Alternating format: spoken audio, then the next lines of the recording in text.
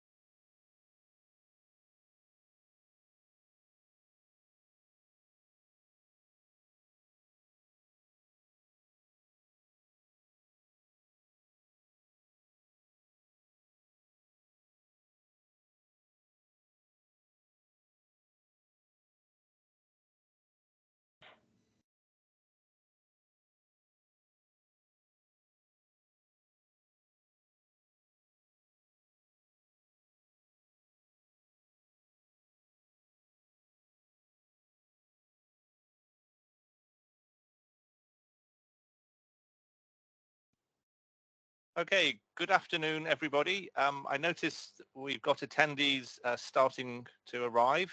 We're over 32 already, and we're expecting over 170. Welcome to this Academy of Healthcare Science Professional Bodies Council webinar on aerosol spread of disease and its prevention. Now, many of us have been obviously very concerned about aerosols and infection prevention during and after the pandemic. But this webinar is a first in a series of webinars on subjects of healthcare science prepared and delivered by the finest healthcare scientists in the UK and has been brought to you by the Academy Professional Body Council.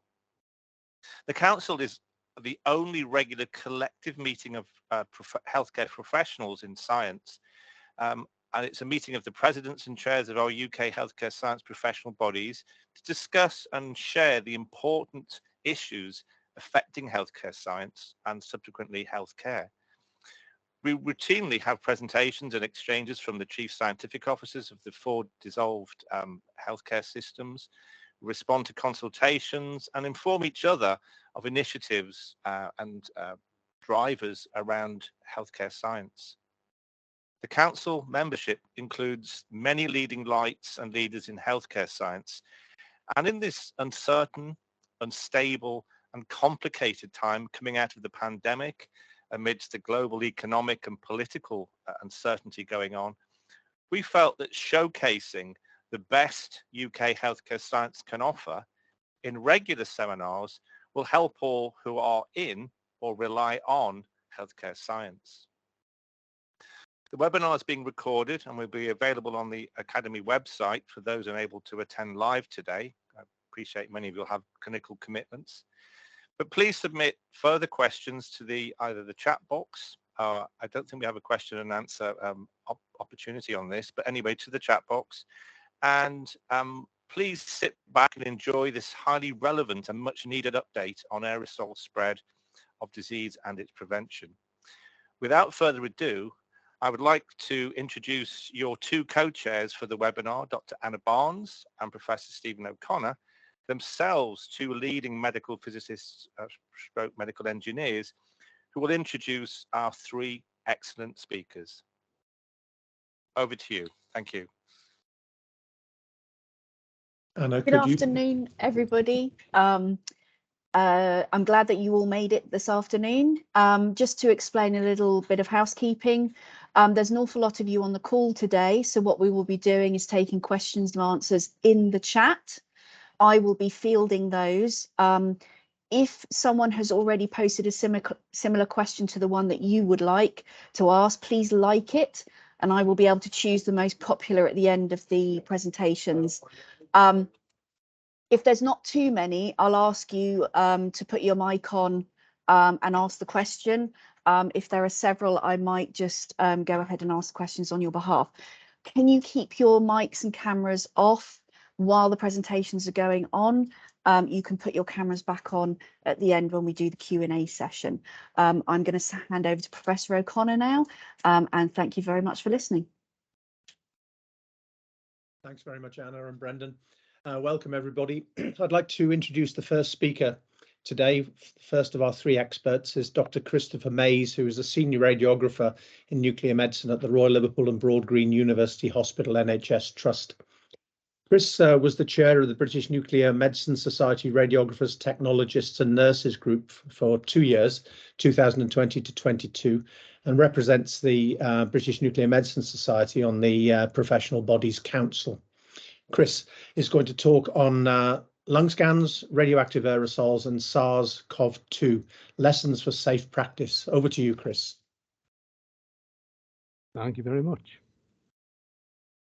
So, if I put my PowerPoint up, share window, and hopefully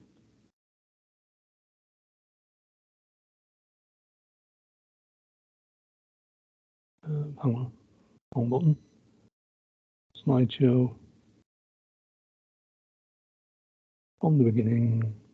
Can you see that, folks? I hope so. So, thank you very much for the introduction and giving me the opportunity to share with you some of the fascinating and surprising things that I've had to learn about aerosols over the last few years. I've had to learn this because I work in nuclear medicine using radioactive aerosols in order to safely scan people's lungs. And in order to use them safely, I've had to understand how these particles actually work and how they can be. Chris, could I interrupt, please? Your slides aren't showing. Oh dear. Let me just escape here.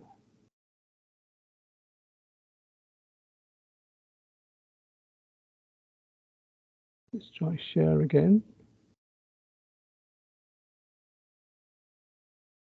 And it's on window, isn't it?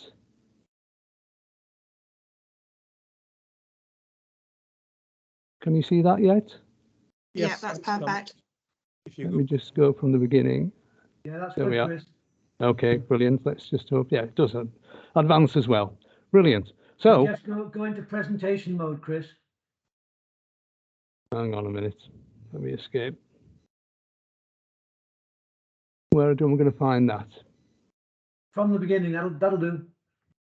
That's what I did. Okay. Can you see that? On the second slide. Now you're on F5.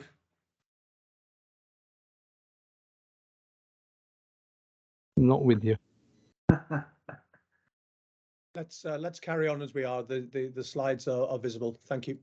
Okay. Well, I know what you're talking about now, but yeah, well, let's keep going.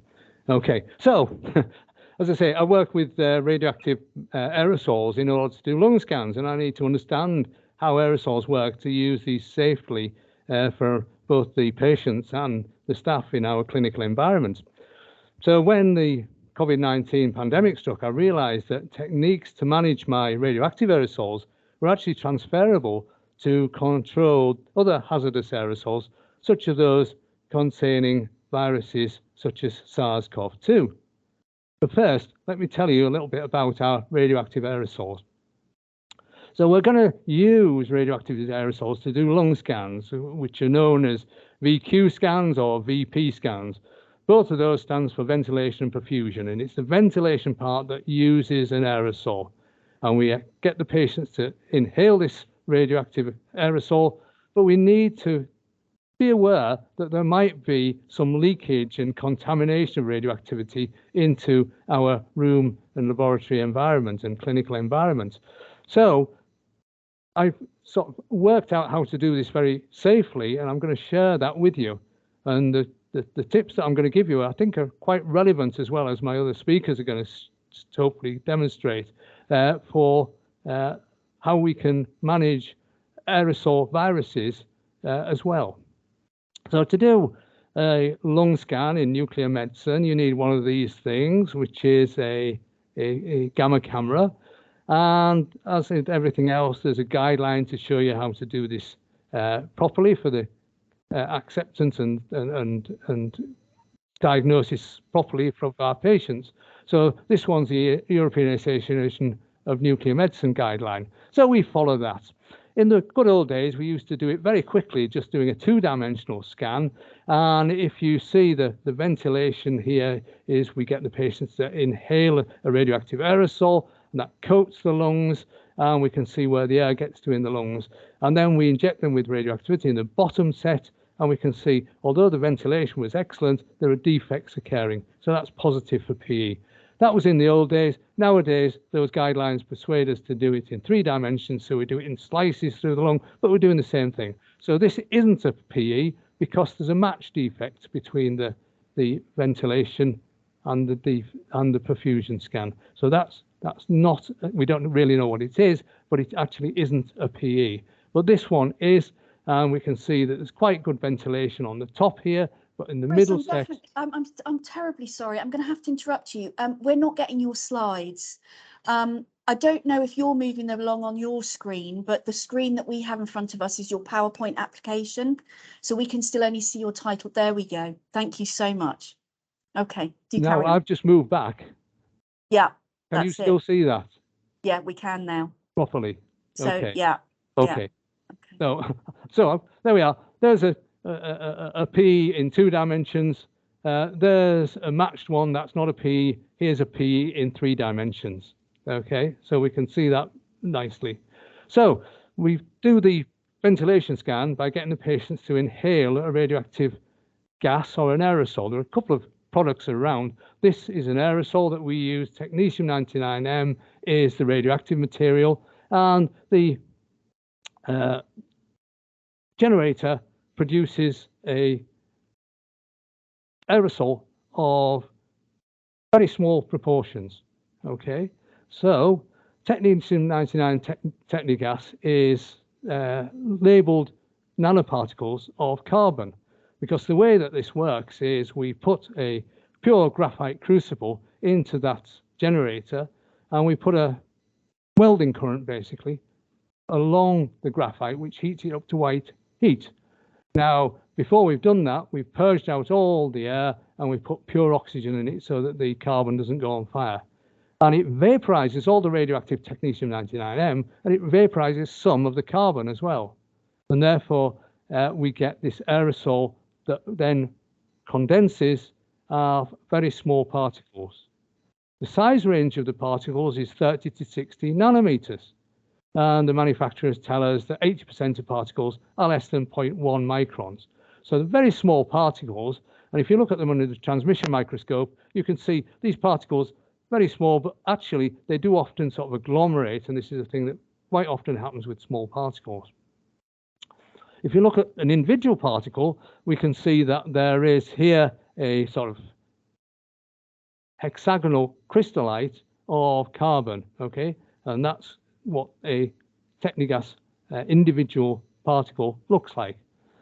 Now that's about 35 nanometers across, and our friendly coronavirus here of SARS-CoV-2 is about 100 nanometers across. So this is why I started to realize that perhaps using our radioactive aerosols safely would give us a good indication as to how we might use similar techniques to manage virus aerosols as well. So in order to get the patient to inhale it, we wheel that generator across and we connect them up through a tube here to a technigas generator. We put a nose peg on the patients to stop them breathing out through their nose, and we can see that there is another filter on the top here. So it's supposed to be a closed circuit. So the patients inhale along the tube, it goes into their lungs, and if they breathe out something that hasn't stuck into their lungs, it's supposed to get caught in this filter. Now, it's supposed to be a closed circuit, but I began to realize that it wasn't, because I would do some lung scans in the morning, and then in the afternoon I'd go and do some bone scans, and my bone scans would be contaminated with radioactivity. 2 triangles used to appear when I was doing bone scans, which was degrading my bone scan images. So this could only be due to the fact that some of that technetium-99 technigas, that vapor, that aerosol, was escaping into the atmosphere and then getting sucked into the back of the gamma camera.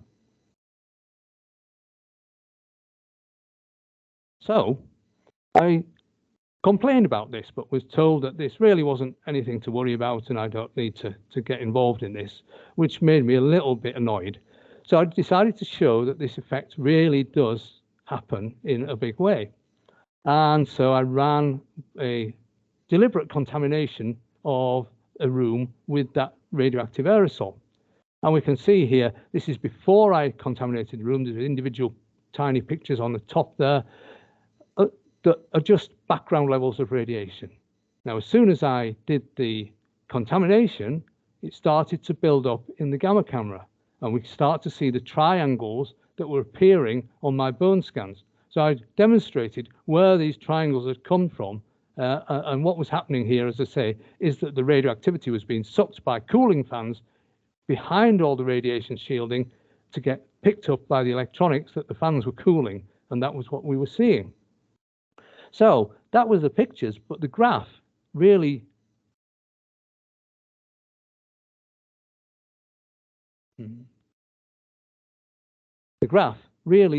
confused me, because this was not what I was expecting.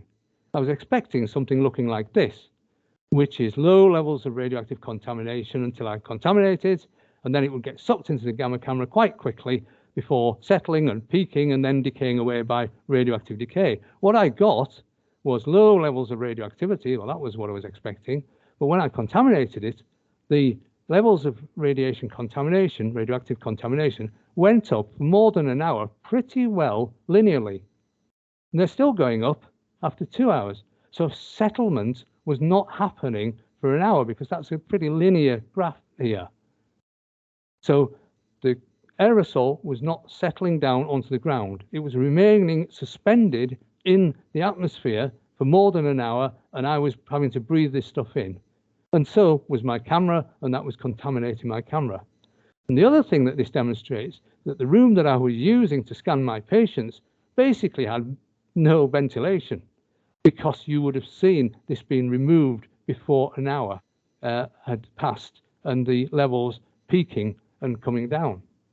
So this shows that aerosols stay in the atmosphere for a lot longer than you expect, and that unless you've got good ventilation, they will stay in the room and allow you to breathe them all day long. So I wasn't very happy about this at all, because I was having to breathe in this radioactive contamination. Now, that's a deliberate contamination with pure technigas, which is produced as a dry particle. But remember, this might be a bit different when it actually gets into a patient, because your patients have got lungs where the lower airways are containing near saturated, water saturated air at a nice warm 37.5 degrees Celsius.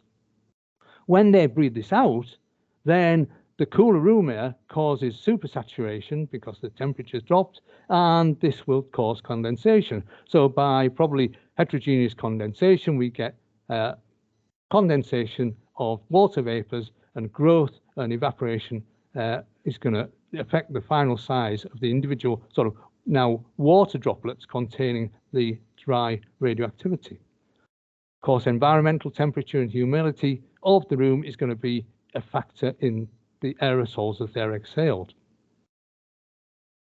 So that is my technigas, and it might be a bit bigger than I expected, but so then is the droplets and aerosols containing COVID-19 virus. And we can see here, this is what's generally sort of expected now, that the virus isn't naked, that it's actually enveloped in a little bubble of fluid. So that's what the problem was. I needed to sort it, and I wanted to get rid of my radioactive air out of the environment.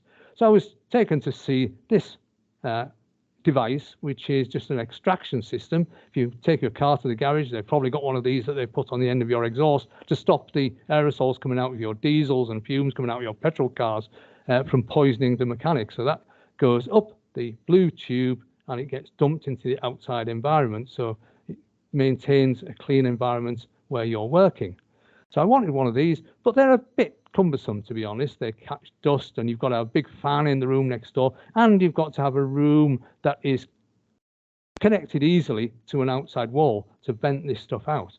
So I never got one of those, but what I did get is one of these things, which is a fancy HEPA filter. In fact, it's an ULPA filter. I'll discuss this a little bit later.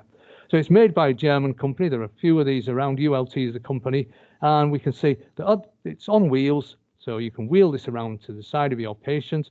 The grey part has an electric fan in it, which causes a vacuum, and air is drawn through all this piping. So we've got a filter here. Your patient's going to be around at the top of the filter funnel, that transparent funnel, and the air is going to be drawn in and through the blue part, which contains all the filters.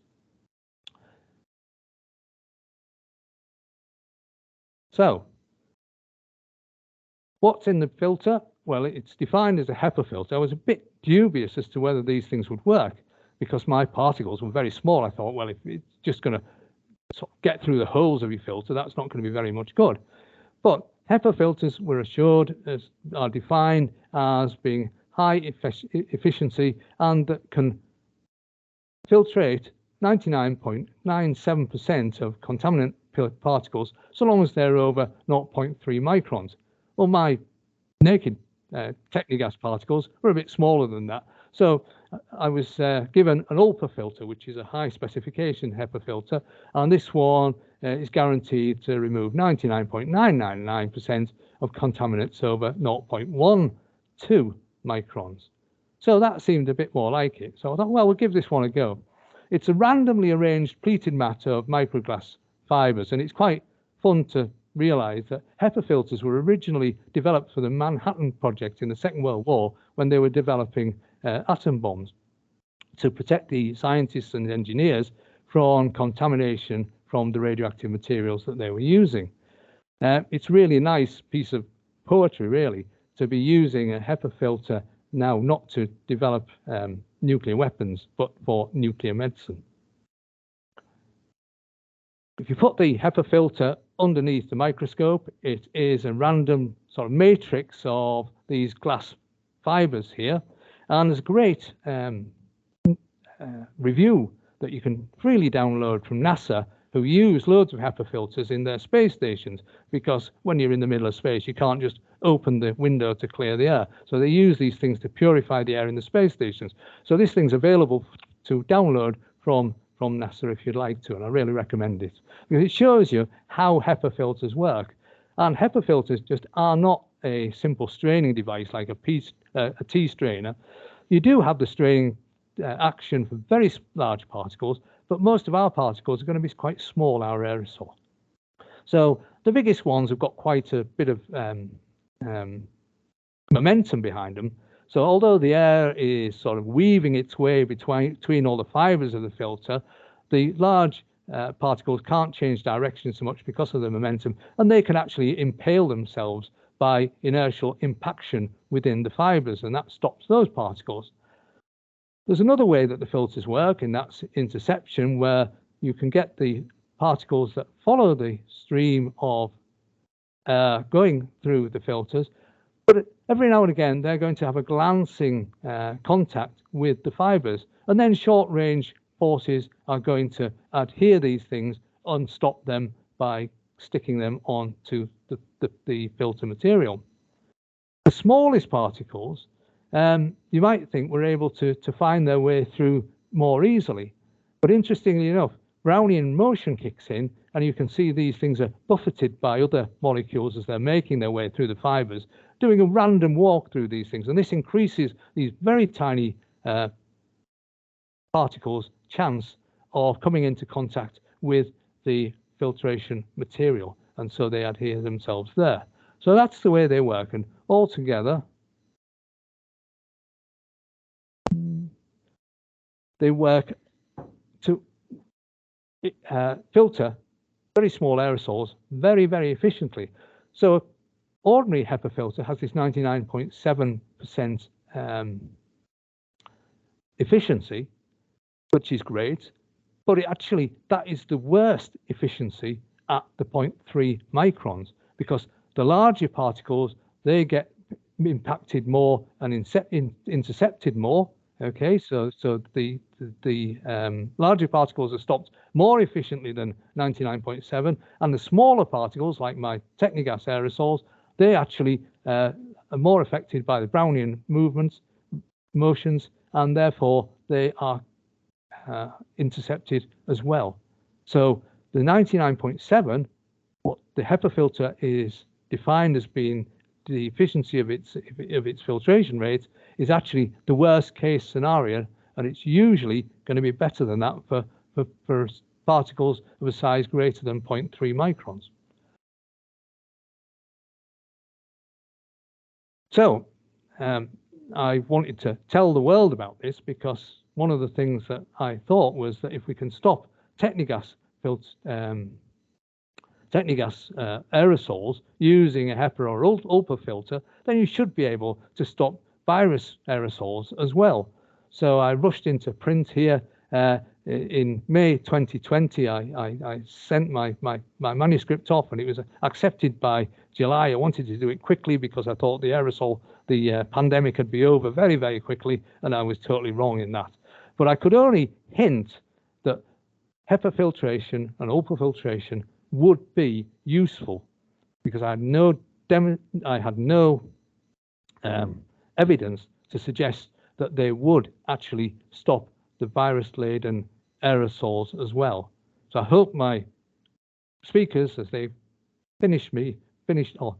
continue in this webinar, will be able to persuade you that that is indeed the case.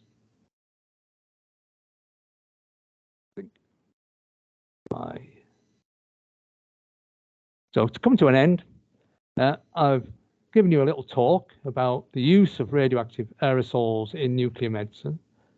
I've shown you that radioactive aerosols remain airborne for long periods in air, and that's the case for a lot of aerosols actually.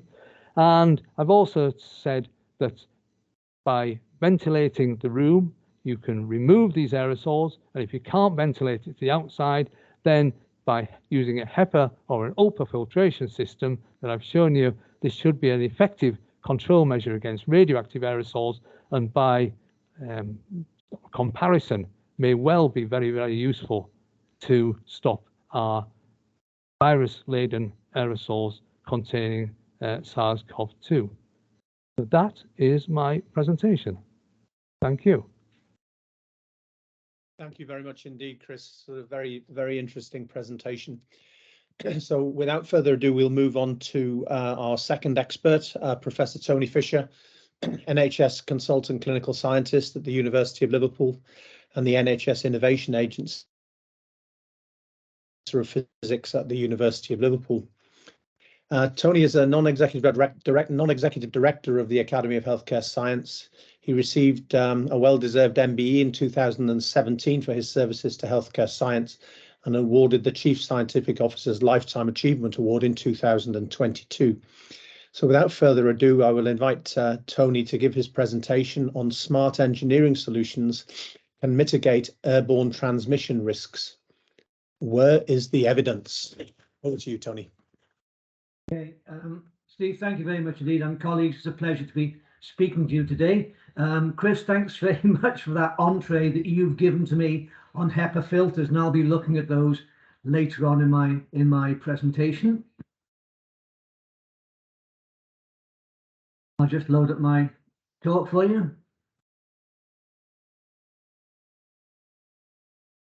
Okay, we're good to go, Steve?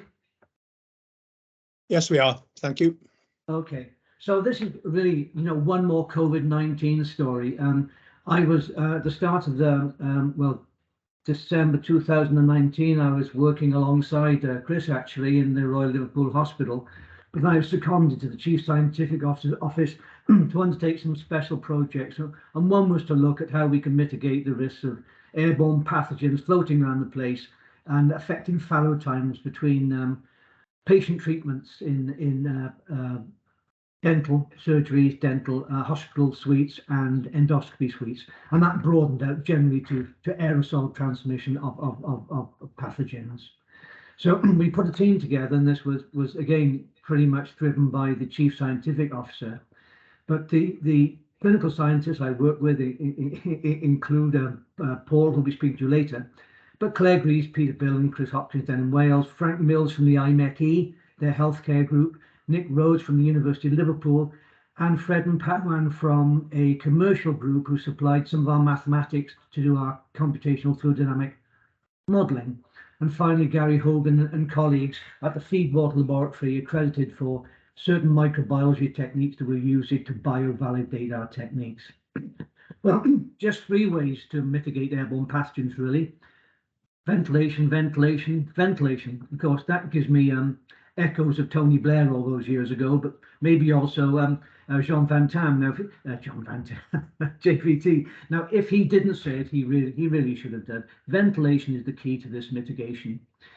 Important to realise that clean air and fresh air are not the same.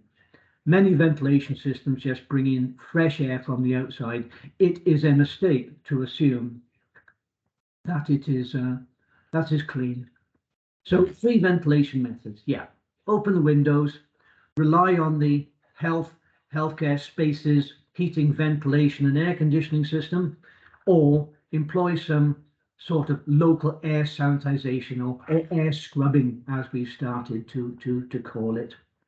Now, I'll be referring to a number of organizations which provide standards written ahead of the C19 pandemic, but have informed our work over the last 30 months.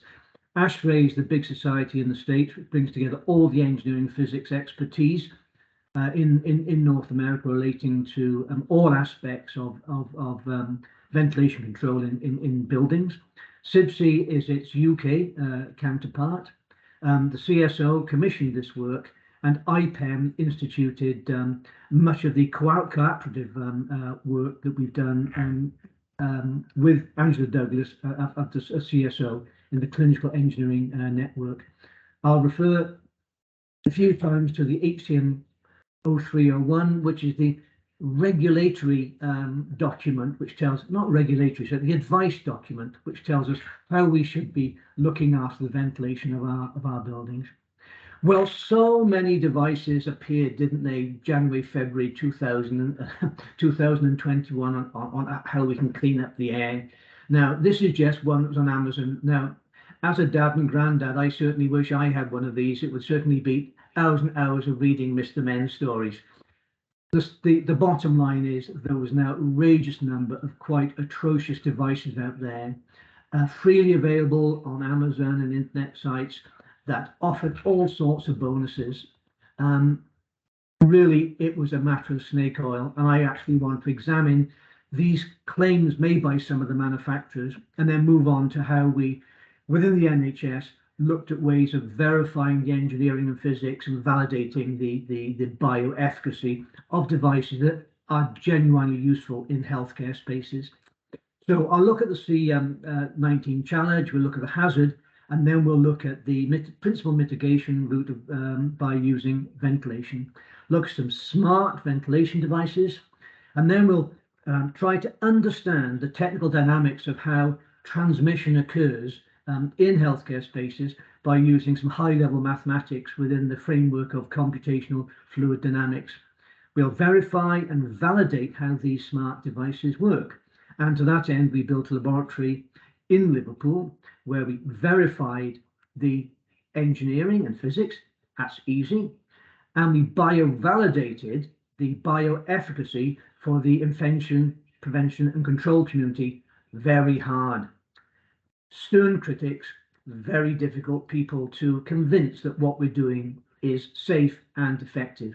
And then we supplied some governance assurance to NHS supply chain to make sure that money spent on ventilation, claiming to be smart technology, was indeed good value for money. We wrote some standards, we've come up with some regulations, and finally I'll look at some clinical considerations. Well, we started looking at endoscopy theatres, and we know what they're like. They're very busy, busy spaces, patients, people, equipment, corners, lots of static areas, typical volumes between 70 to 110 cubic meters, very difficult to ventilate efficiently. Dental surgeries, we know far too much about dentists, don't we, as patients. Smaller by and large, average 75 cubic meters, busy equipment, dental assistants, dental practitioners, and patients. Really rather difficult to ventilate effectively and with confidence. So let's consider the hazard. The hazard is something which precipitates our consideration of risk, isn't it? So two scenarios. Patient in the room, the treatment produces C19 from the patient. So this would be the dentist, this would be the endoscopist. Clinical staff are exposed to infection risk. So this becomes an issue for the HSE, okay, looking after our staff colleagues. Mitigation, reasonably straightforward. Continuous low intensity air sanitization, some sort of unobtrusive ventilation. An opportunity here to be smart about how we do this. Second scenario, patient leaves the room. We assume now the room airspace is contaminated. Well, this could be a bit like Chris's scenario he described to us earlier on, where patient leaves and yet the atmosphere is contaminated with his technigas. So the way you deal with this is to have a fallow period. And I've already seen people put questions in the chat box about this. So patient leaves the room, the environment's contaminated, the cleaning staff are at risk, the next patient is at risk. Mitigation, fallow time, i.e. let spontaneous clearance occur, logistically very inefficient. The rate at which we could pass patients along pathways massively compromised by spending large amounts of time essentially doing nothing, letting inefficient ventilation systems clear the air, and rely to some degree, without evidence, that aerosol generated particles and smaller particles will eventually precipitate out onto the floor where they're no longer a hazard, no longer a risk. That is not good science. High intensity ventilation, robust, agricultural, noisy, it doesn't really matter for a short amount of time, long that we can with confidence decrease the fallow time. Just a little bit about the main challenge here. The work started off with aerosol generated particles, AGPs, a very, very big problem. So we know our virus, 100 nanometers maximum dimension, and in the respiratory phase, we talk about transmission being in the spectrum of the particle size, 0.1 micron, up to about 5 microns, and that by and large forms the aerosol spectrum of particles. AGPs tend to be larger, micro droplets, up to 25 micrometers, and dental sprays, which are basically small spit particles. The ensemble spectrum of particle sizes is 0.1 to about 0.5 millimeter. Now, Chris told us a bit about HEPA filters. HEPA filters exclude most of particles bigger than 0.25 micrometers by mechanical sieving, but we know, and Chris made a good description of this, other mechanisms operate, essentially absorption and adsorption at the macromolecular level, and I'll look at that later. Principal mitigation is ventilation, measured by the number of times you change the room air. And we coined the term ACH, air changes per hour. The more air changes per hour, the quicker a given clearance is achieved in a healthcare space. At what rate does this proceed? Well, it's a A-level maths first order exponential clearance for a well-mixed room. If you change the air once, you get a 63% clearance, and that's called the time constant of clearance. If you do it twice, you get 95%. If you change the air 4 times in 1 hour, you'll exclude if you exclude it 4 changes per se in any given period, you'll clear 99.5%. Okay. Right. The infection prevention college don't like to talk in clearance, like to talk in log reduction. Log reduction is referred to the number of 9s in the percentage that you clear the room by. So a 1 log reduction is a 90% clearance, 2 log reduction, 99%, and so on. So a 5 log reduction is 5 9s, 99.999. Okay. After 10 air changes per hour, you achieve 0.1% remaining contaminant, or 99.9%. clearance. And these are the graphs, exponential decay graphs, or the inverse of decay graphs, of the clearance rate achieved by different numbers of air changes per hour. So lots of air changes, quick clearance, not many air changes, slow clearance. The more time elapses, the relative rate of decrease of clearance in turn decreases. Okay, so that's exponentially less useful as time proceeds. Okay. How do we increase ACH? Well, upspec the building HVAC, the heating, ventilation, air conditioning system. Look in the ceiling where you're at the moment, you'll probably see grills like this, which may be admitting or removing air, and they're powered by big pieces of kit like this sitting on the roof of the building by and large. Very expensive. Something like 12% of the capital cost of building a hospital relates to the ventilation. In fact, with the new standards, probably even more. So what we do? Replace, that's not economically viable. Upgrade the existing. In some places we can do that. We can up-spec it, turn up the fans, improve the filters, whatever. Augment the existing system by being a bit smart. We can do it centrally by using conventional technology, or we can go smart, or we can use local solutions and go smart. Okay, augmenting the existing solutions. All right, well, you can't open the windows, and here's a nice example of just putting a bit of additional kit in the ceiling of a healthcare space. It's actually the access room ahead of the A&E department of Maidstone Hospital. A small piece of kit in there raised the inherent air changes per hour from 1, adding 8 to 9. Okay, so kit in the roof using an ultraviolet technology, like explained in a moment, improved the ventilation from 1 to 9 ACH. How expensive was it? What's the economics? Well, the payback is something like 18 months. Why so much? Because you are conserving heat and you're not having to throw well-earned, well-paid-for hot air out of windows. And we'll talk about this later. So that's quite a success story.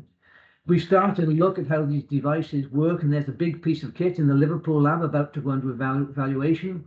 This one uses ultraviolet light. There's banks of ultraviolet light in it, and it's got lots of safety attached to it because people in ultraviolet light at short wavelengths, by and large, don't get on very well together.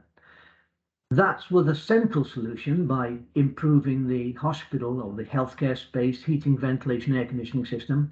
But what about using local solutions? And this is smart air scrubbing.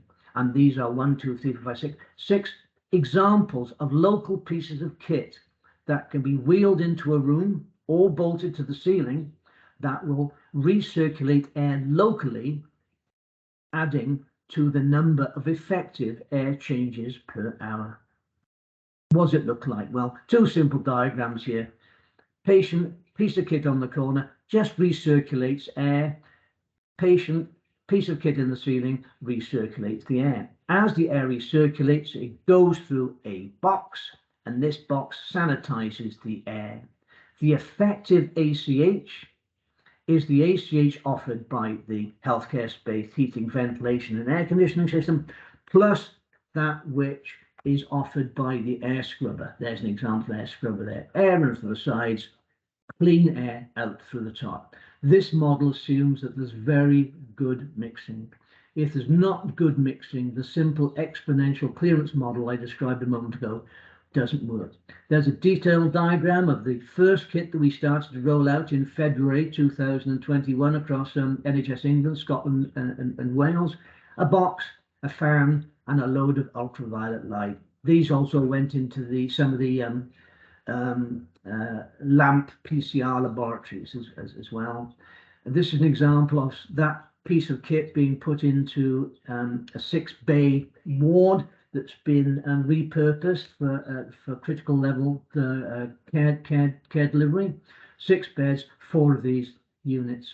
The effective air changes per hour are those from the hospital ventilation system, plus those which are offered by these pieces of air scrubbing kit. Okay, lots of examples. This one has been on the market for a while. It's very popular with the dentists in the high street, but look at this.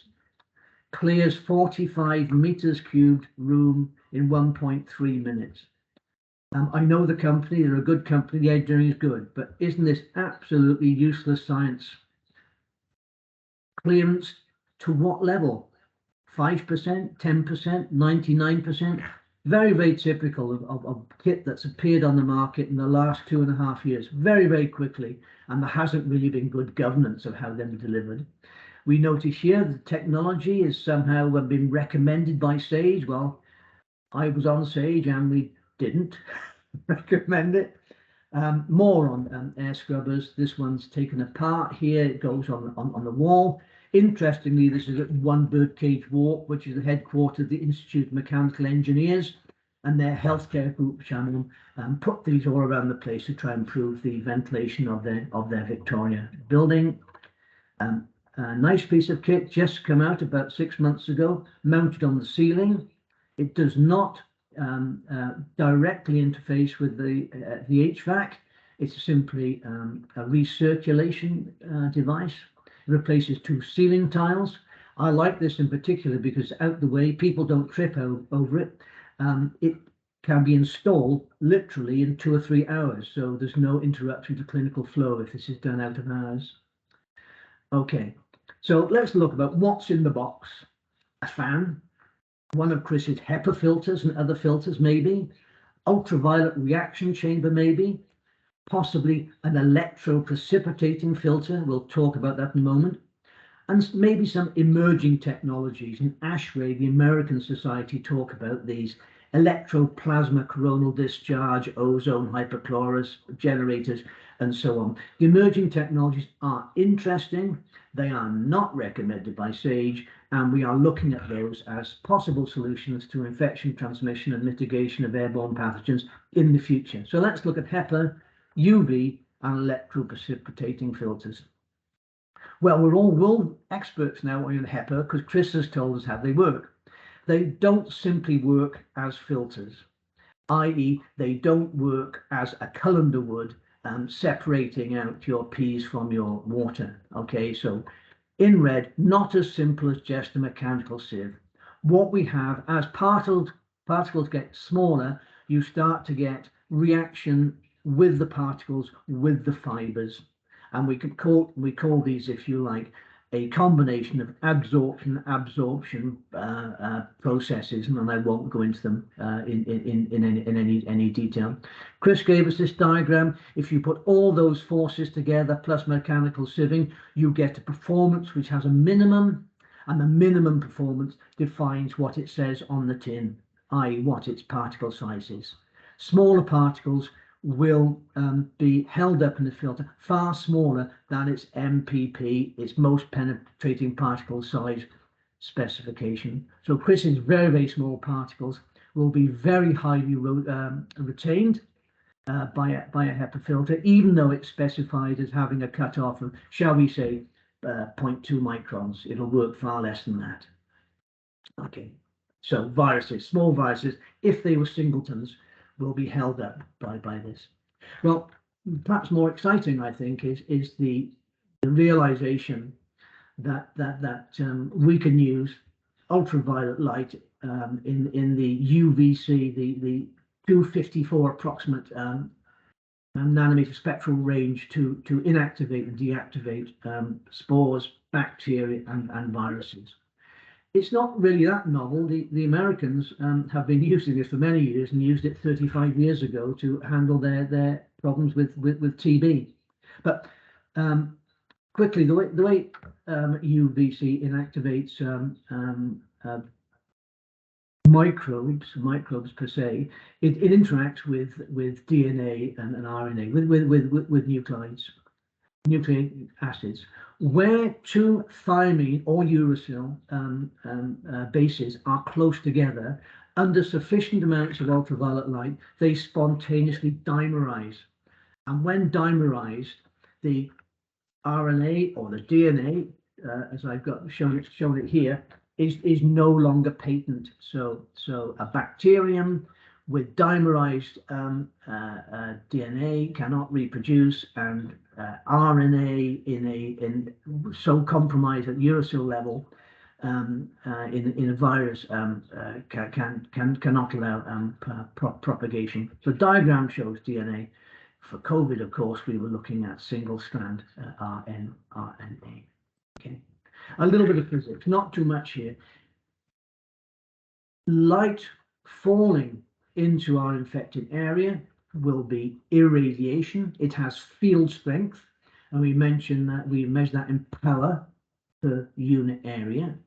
The dose of radiation delivered, the fluence, is this irradiation multiplied by the amount of time, and that gives us the unit of joules per meter squared. So it's not the irradiation per se, it's the radiation per area per unit time. The more time, the bigger the dose. The bigger the dose, the greater the inactivation potential. And in hand-waving terms, across the spectrum of microbes of interest within healthcare, we're attempting to deliver homogeneously between 1 and 10 millijoules per centimeter squared. A very recent piece of technology that's become available, we've looked at HEPA, we've looked at ultraviolet, and now we're looking at electrostatic scrubbers. These have only been available in the UK for the last few months. Very, very interesting. Basically, pass air through a metallic grid at very high voltage, particles become charged, and on transit through the device will precipitate out spontaneously at lower potential collecting electrodes. So in this device here, potentially we've got, potentially, excuse that play on words, between 10 and 50 kilovolts. This is taken from the AirDog, a manufacturer of one of these pieces of kits that we've been looking at in great deal in Liverpool. This is how their machine works. Air comes in through a pre-filter just to pick up fluff, basically. It goes through a matrix of charging electrodes, put minus 12 kV on particles. They then spontaneously precipitated out by collecting electrodes at earth potential. The gas which exits here is free of particles, however, is likely to be contaminated with ozone. So an active carbon filter here absorbs the ozone, and the benefit also of picking up smells and volatiles and whatever that tend to be in healthcare spaces anyway. And this is the piece of kit. Shocking name, but it's quite interesting, and we're looking at this device in Liverpool at the moment. So HEPA, ultraviolet light, electrostatic air scrubbers.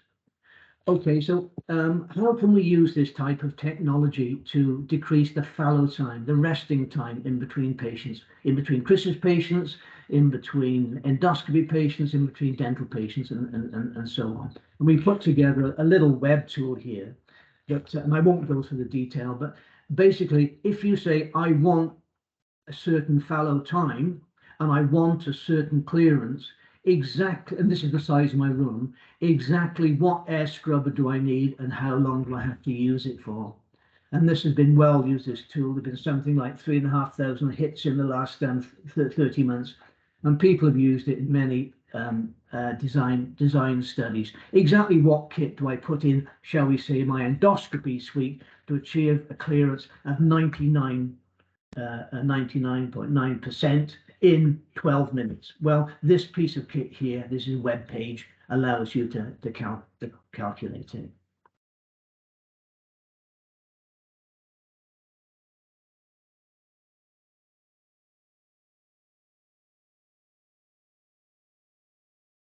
So just, oops.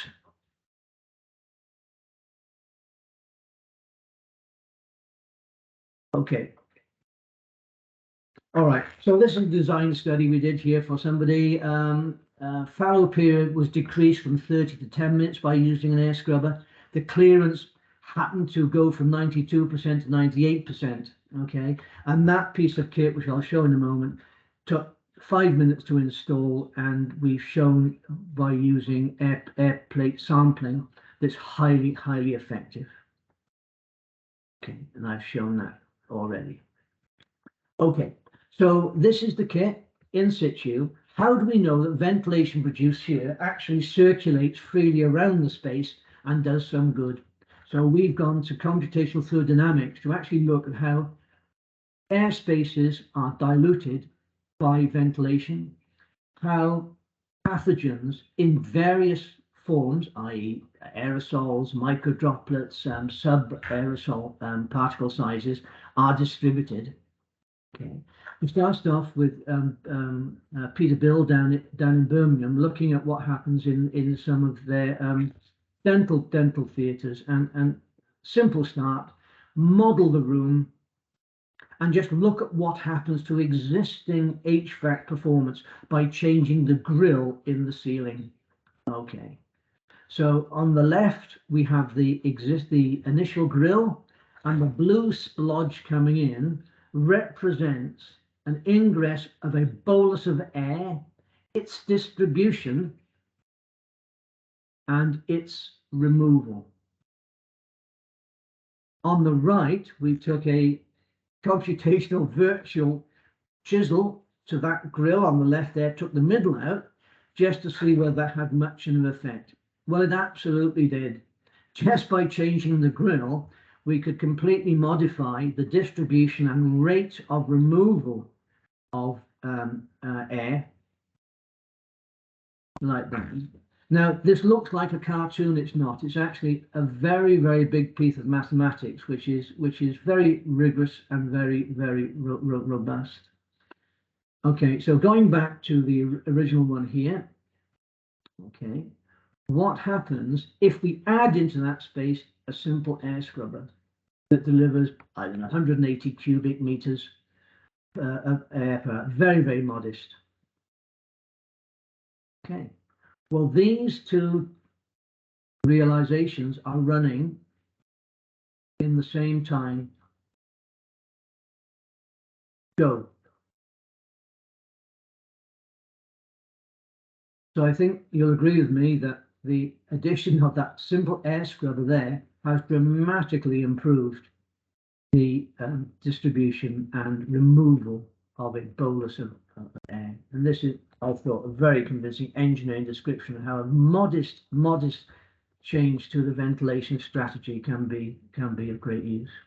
We moved on to being really quite subtle by looking at how AGP is produced in a dental procedure, move from the patient's mouth, from the treatment area, and where they go in the space. Well, heavy particles don't go very far. They land on the patient's chest, and this was modeled knowing all about the distribution of particle size and all that kind of stuff. You'll notice some particles drop to the side here.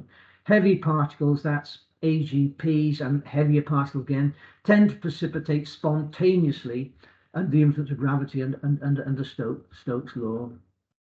But it's possible to get really quite carried away here. In fact, we were carried away by looking at all sorts of models for all types of dental procedures and all types of particle sizes. Okay, and we could spend a lot of time talking about this. Okay, and that's a flow vector diagram of show where particle moves. Okay, right. So there's a little look at the kind of implementation. There is no kite marking. There are no standards for these devices. There's no way of assuring our colleagues that this is clinically useful. There's no way of assuring our colleagues that this kind of technology is safe. What happens if you pour water over an electrostatic device that's got -12 kV on it? What happens if you expose a patient or a colleague to ultraviolet light when it's delivering 10 millijoules per centimeter scale? Well, you'd have thought CE marking would have sorted this out, and by Easter 2021, we saw lots of devices coming onto the market with CE marks on. Well, there are two CE marks. The one on the left, which is the CE mark, which we understand, then the one on the right, which actually stands for China export. Okay, and that was on a lot of devices coming from Asia, and a lot of those devices were snake oil. Okay, and I acknowledge the expression snake oil from my colleague Prof. Kath Noakes, Leeds University and Sage, who uncovered an awful lot of these. We need to be smart. We need to have assurance. We need to know that we can CE mark the devices, or the UKRA, which is the post-Brexit version of this. So what did we do? We needed to verify and we need to validate, and we set all that kit up in Liverpool. Are the physics good? I.e., are the engineering, are the physics principles delivered effectively? Is the engineering good? And this is called verification. This is all very easy. Electrical tests, easy to do. You can measure the ultraviolet light, you can characterize the airflow, and you can work out what the doses are. And we use lots of fancy kit to do that. Okay. Not very impressive. So I spent 3 months setting up this to look at many devices for NHS England, and infection prevention control were not impressed. Not at all.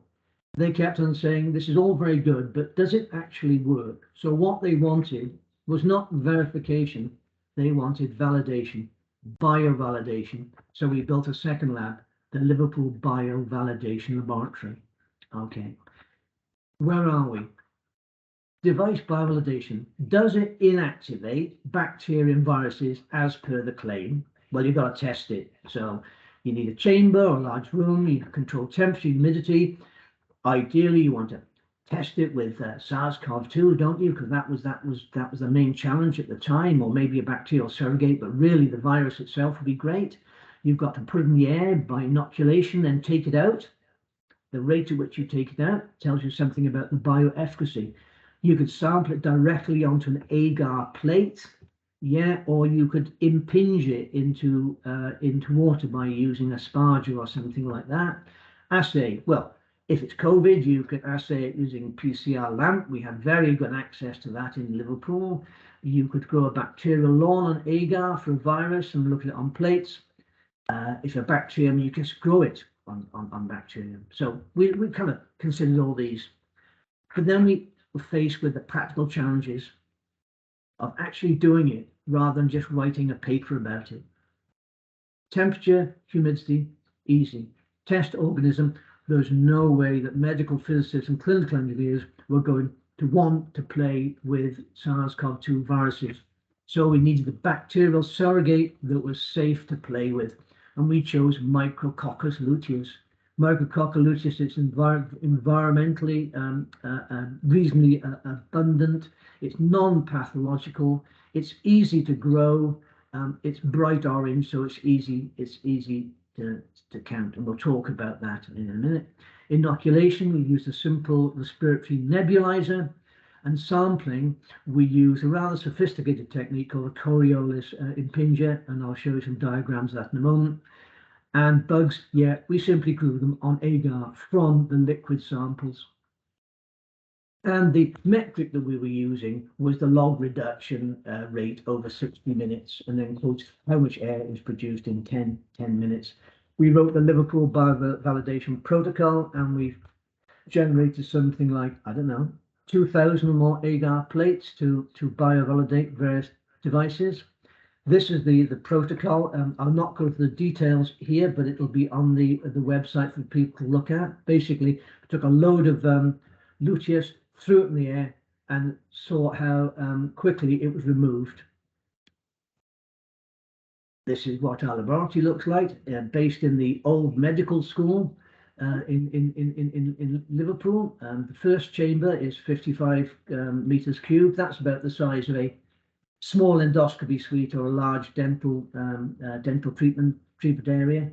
Okay, we understood a fair bit about Micrococcus luteus because it's actually used by the suntan industry. So in the dermatological scientists knew a lot about assaying potential cosmetics for their resistance to ultraviolet light by using Micrococcus luteus experiments. The test conditions 25, 45, and made sure the whole room was ventilated well. This is what the bug looks like when it's grown on a plate. Nice bright orange. We used an Omicron nebulizer, and this is the nebulizer here, mounted in front of a fan.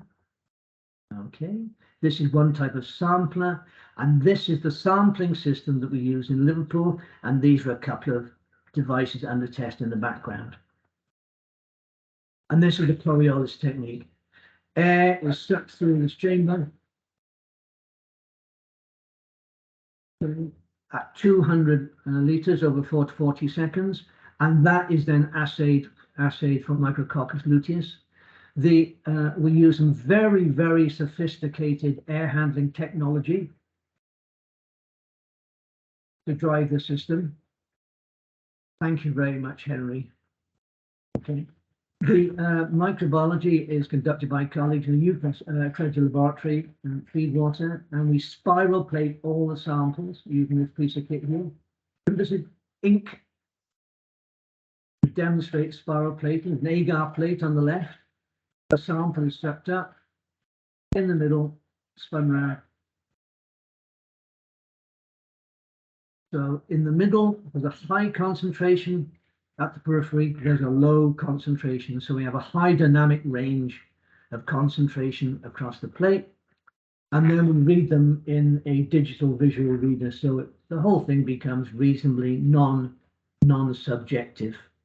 Okay, and that's what a plate looks like when it's put in the digital reader. Okay, so if we've done all this work, and we have done an awful lot of work using our surrogate for all things Micrococcus luteus.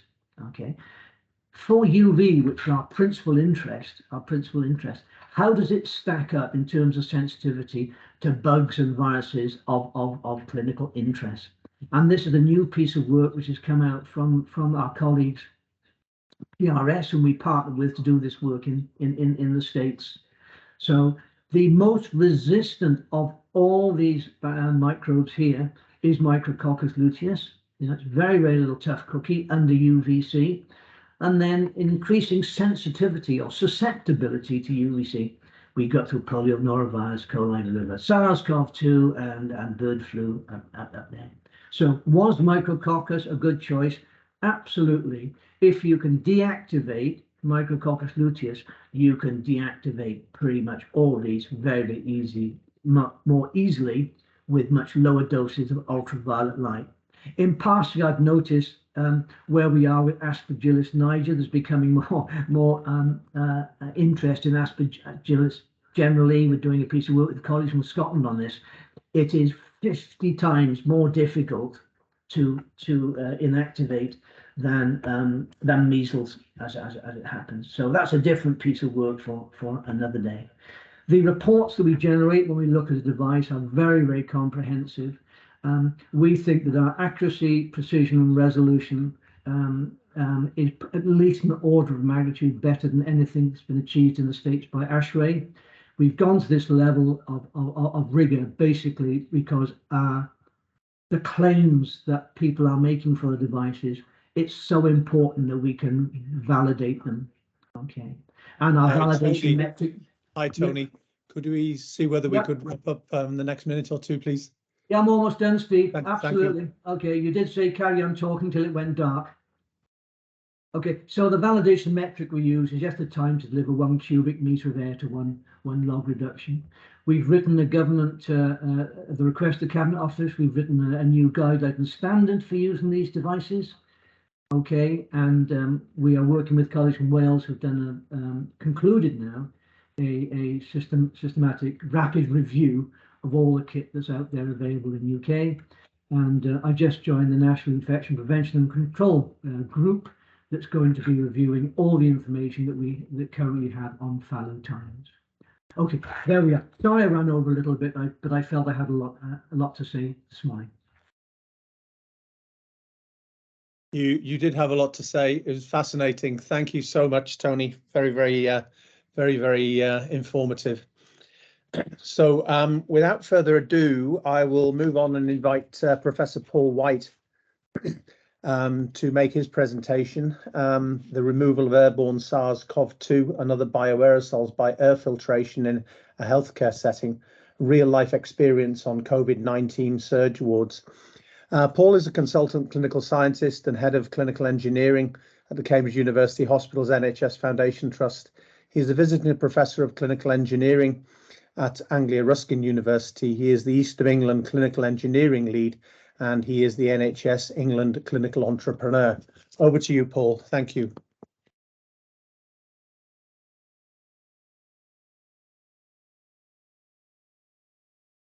You're on mute, Paul.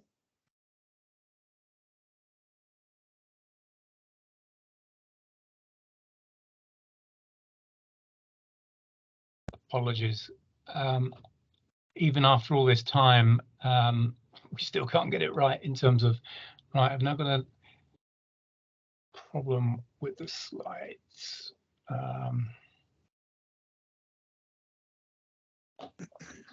Can you see the slides? I can see the first slide. Can you just move on? Yes, it's moving on too. Thank you. Okay, brilliant. Thank you. So it's not on the right screen. So if I'm not looking at the camera, that's the reason why. Apologies. Stephen, thank you. So this is really looking and taking the stuff that both Chris and Tony have spoken about. In a healthcare setting, it's our sort of real life experience, and I'm just going to describe really what we did. And I really just want to take people back to right at the start of the pandemic, where we were dealing with something that we'd never really dealt with before. And in the first and second wave, with 65,000 to 100,000 patients being infected per day in the UK. And not only that, the number of people in hospital was sort of peaking at 40,000. It was an area we've never ever seen before, and it was a massive challenge. And also what we've seen with the different variants, with Omicron, they spread faster. It's not only with respiratory transmission, it's also around deposition, and it has become a challenge. And clinical engineering have been involved throughout pandemic. I was involved with the local equipping to enable 140 bed ventilatory capacity with a super surge capability of 200 beds just in the one centre. Then looking at sort of the national clinical and technical due diligence of ICU equipment, but predominantly ICU consumables, and taking what Tony described as the China export mark and trying to verify and validate with the MHRA and the Cabinet Office whether these actually were bona fide devices and whether they met the specificational requirements. As well as that, we're also were looking at local and clinical technical due diligence, PPE for Cambridgeshire and Peterborough, and we created also we also had some time for innovation. So we created sort of these things, which are the air savers to prevent tissue necrosis with masks, and we developed our own transparent mask, which is CE marked and on the market now through supply chain. But also, as very relevant for this meeting, is that we looked at these small devices, as previous speakers have talked about, these things called air scrubbers. So why is it we did that? Well, if you recall, back in the beginning of the pandemic, there were some serious concerns around supply chain issues, and there were PPE shortages. There were PPE that was coming into the country that maybe might not be as less than ideal, and therefore there was serious issues in our ICUs locally around the PPE was the single sole barrier between the staff and the pandemic SARS-CoV-2. And there was issues and concerns locally about how can we try and mitigate and reduce the risk to staff working in ICU. And as colleagues have spoken before, there were a number of these air scrubbers that were coming onto the market with massive claims that there was no validation because effectively they'd come to market so quickly. And really, we looked at what was basically written in terms of academic output, and there was this, which was a study from the Royal Melbourne Hospital, which was looking at the airflow transmission and clearance of aerosols in clinical spaces. But it was using glycerine-based aerosol as the surrogate of the respiratory aerosols. And what this research showed was that the aerosols rapidly traveled from the patient room into other parts of the ward. And they saw with this glycerine-based surrogate that air cleaners were effective in increasing the clearance of aerosols in the clinical spaces and reducing that also within other parts of the ward. And that with two small air cleaners in a single patient room, 99% of the aerosols could be cleared within 5.5 minutes, and therefore concluded in the study that it may be useful to have these in clinical spaces to reduce the risk of respiratory viruses that are transmitted as aerosols. So we took that information and we put together a team here in Cambridge. So we had the ICU, the Department of Anaesthesia, the Department of Infectious Diseases, the Clinical Microbiology Lab, the Institute of Therapeutic Immunology and Infectious Diseases, again within the university, and ourselves, predominantly myself, and really went to see whether we could do what they had done in Melbourne with a surrogate, but actually in a clinical environment. Bearing in mind at the time we were putting these in, it was full PPE to get into the area in order to take the study forward. And it was conducted in 2 repurposed areas. So we had the ICU, and then we had the surge and super surge areas to allow us to have 140 ventilated patients up to 200 ventilated patients. So the study was, as I say, conducted in these repurposed COVID-19 areas. One area we classified as a surge ward because we wanted to look at it. What are the differences between the ward, and are there any differences between that and the surge ICU? In the surge ward, we were managing patients requiring simple oxygen therapy and very little or no respiratory support, compared to those in the surge ICU, where we were managing patients requiring invasive and non-invasive ventilation with high nasal oxygen. And both those units were passively ventilated with 2 to 4 air changes per hour at baseline, which wasn't massive, is not great, and it's not very high. And just to point out that the ICU was occupied by a further bed, a 6th bed, in week 2 of the study, which unfortunately we couldn't predict when we started. So what is it we did? Well, we took 2 of these units, one by Filtrex, the other by MaxVac. The only reason why we took those was that they were quite keen that they were going to give us a whole load for free if we wanted to verify them. And we made very, very clear at the outset that if the output was negative, that we were still going to write the paper, and effectively the fact that they gave us 3 units was not going to change the scientific conclusion. So we put these air filters in place in fixed positions at the start of the initiation of the 3-week study. We switched them on at the beginning of week 2 and run them continuously from Sunday to Sunday for 24 hours a day, providing 5 to 10 room volume filtrations per hour.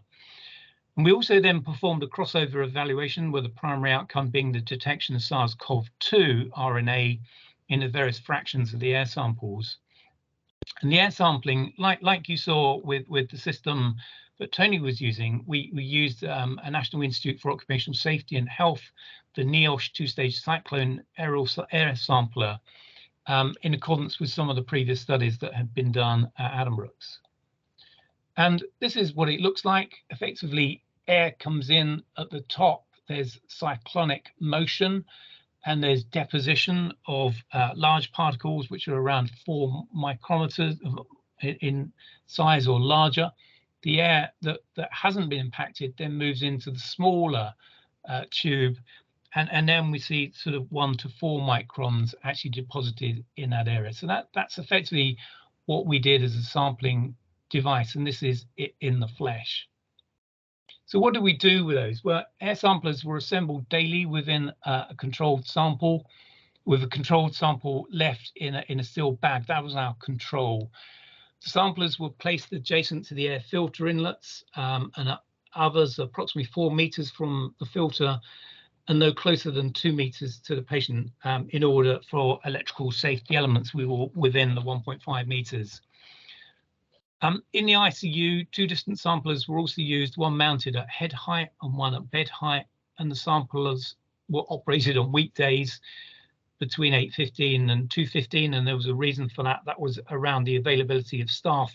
A lot of the staff that we had for this study were volunteers as we were, giving up our time for free at weekends and evenings in order to allow this to happen.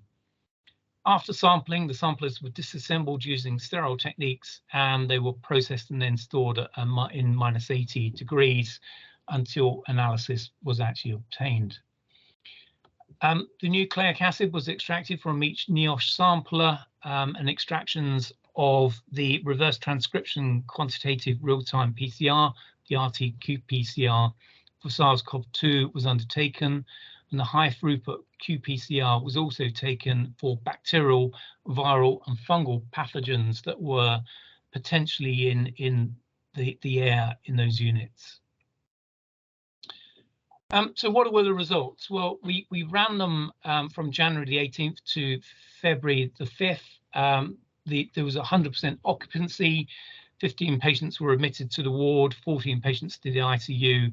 All patients were symptomatic and tested positive for SARS-CoV-2 and also had respiratory complications.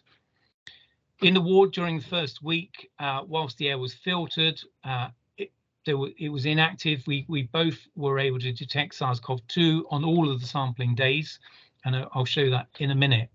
And the RNA was detected in both the medium 1 to 4 micron and the large greater 4 micron particulate fractions from the NIOSH sampler. The air filter was then run continuously in week 2, and we were unable to detect SARS-CoV-2 RNA in any of the sample fractions on any of the 5 testing days. And then we put in back control in terms of that we completed the study by repeating the sampling with an inactive air filter, as we did in week 1. And again, what we were able to see was detection of SARS-CoV-2 RNA in the medium, and again in the large particulate fractions on days 3 or 5 days of sampling. And SARS-CoV-2 RNA was not detected from the control sampler. So if you look at this is effectively where the air scrubbers were put in the surge ward. At the time, we hadn't done any of the work with Tony and the rest of our group around optimal position of air scrubbers. It was literally by chance. This is where we put them, and I think actually the results will show that you could probably put them anywhere. And what we can see when the air filter was off, we have bacteria, we have fungal, we have viruses, we had Candida, Staph, E. coli, and all sorts of elements of air pathogens that came from the surge ward.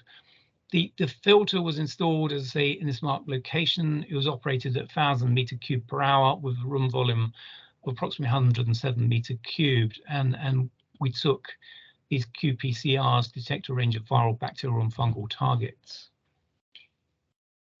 If you look at the surge ward, as I say, the filter was off for the first week, and we were able to see aerosol fractions, large, medium and small. Again, we then turned it off in week 2. We turned it on in week 2, and we weren't able to detect SARS-CoV-2 at all. And in the control week 3, we turned it back on again. And funny enough, we had SARS-CoV-2 and the other respiratory pathogens come back. Equally, we did a similar thing in the ICU.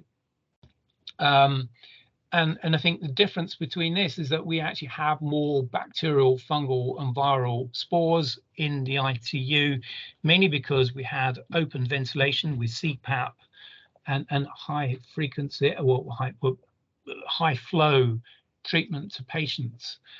And again, when we turned the air filter on, we didn't actually see as much. There was a little bit of background element. There was one patient that had created this as an outlier, but in order to be open and transparent, we left those in. You could have argued that they were on a completely different system and therefore had contributed to that. But I think to be open and transparent, we saw less in the ITU than we would have had without having air scrubbers in situ.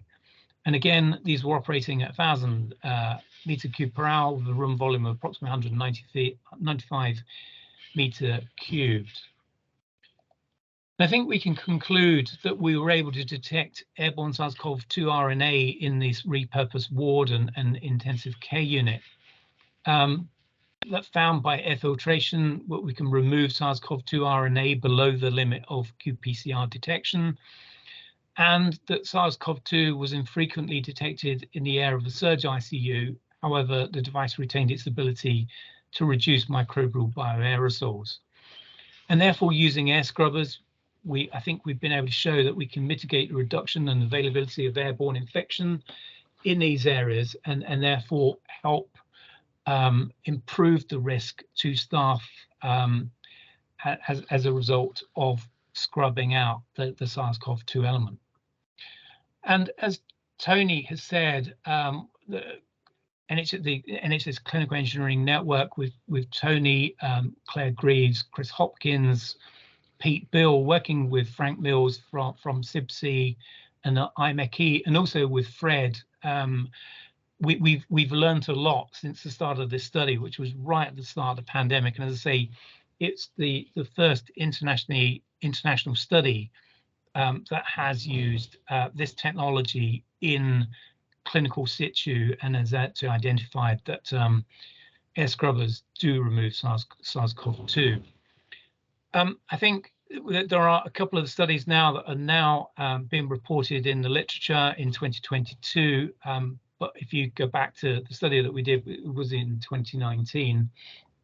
And therefore, we were sort of not really clear at the time some of the things now that the team that's on the slide here we've put together and we've learned. And just using, as Tony showed you, with computational flow dynamics in collaboration with Fred from the ESI group, we were able to look at how airflow distributes around the room, what are the impact points, what is the volume and average age of the air, and also in terms of eddies and flow, and also about how flow might actually hit the ground depending on whether you've got open windows or non-open windows, or the existing units, and how, if you're not putting them in the right place, you can actually get flow over the patient, which with SARS-CoV-2 wouldn't be a great outcome.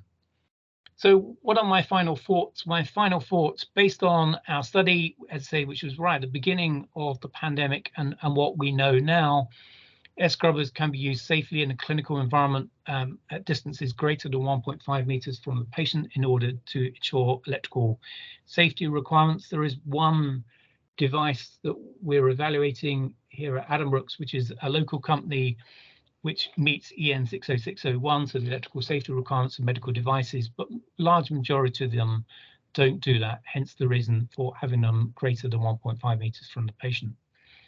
The position of the air scrubber in relation to existing airflow from, as I say, air conditioning or windows is imperative to prevent this airflow over the patient. But I think what we were able to show with our study, even prior to the knowledge that's since been obtained by modeling using computational flow dynamics, is that we were able to show that air scrubbers were able to clear the clinical environment of SARS-CoV-2. Thank you very much. Thank you very much, Paul, for another fascinating presentation. I'll now pass over to Dr. Anna Barnes for the questions and hopefully some answers. Thank you. So if you are interested in putting on your camera, please do, just to say hi. So I think I'm going to call on Amanda Roger to begin with. She's asked quite a few questions in the chat. Amanda, you wanted to ask some questions around spirometry and some questions around whether or not just opening a window between appointments would be a good idea. Amanda, would you like to go ahead and ask your question? Yes, hello. Yeah, I'm asking a few questions really around general practice doing spirometry, or whether it's on a mobile unit doing spirometry. There seems to be